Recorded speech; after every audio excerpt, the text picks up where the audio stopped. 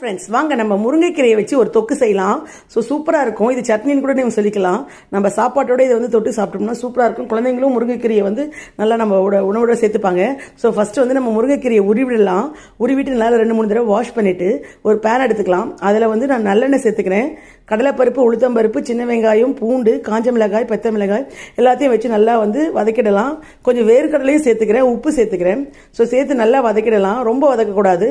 பொன்னிறமாக வர அளவுக்கு வதக்கிட்டு கீரையும் அதோடு சேர்த்து நம்ம வந்து ஸ்லோ ஃப்ளேம்லேயே வந்து கொஞ்சம் நேரம் வந்து கீரையும் அதோடு சேர்த்து வதக்கிடலாம். ஸோ அப்போ வந்து கீரையும் நல்லா வதங்கிடும், நல்லா வெந்த மாதிரி ஆகிடும். ஸோ இது கூட நம்ம கொஞ்சம் மஞ்சள் தூள் சேர்த்துப்போம். ஸோ மஞ்சள் தூள் வந்து நம்ம கீரையை வந்து ஃப்ரெஷ்ஷாக காமிக்கும். ஸோ பச்சை நிறத்திலே இருக்கும் நமக்கு சமைச்சதுக்கப்புறமும். ஸோ நம்ம இது மாதிரி சேர்த்துட்டு நல்லா கொஞ்சம் 5 நிமிஷம் ஸ்லோ ஃப்ளேம்லேயே வதக்கிட்டு ஆற வைத்து மிக்ஸி ஜாரில் போட்டு நம்ம அரைச்சிடலாம். இது வந்து கொஞ்சம் பல்ஸ் மோடில் வச்சு அரைச்சிக்கணும்.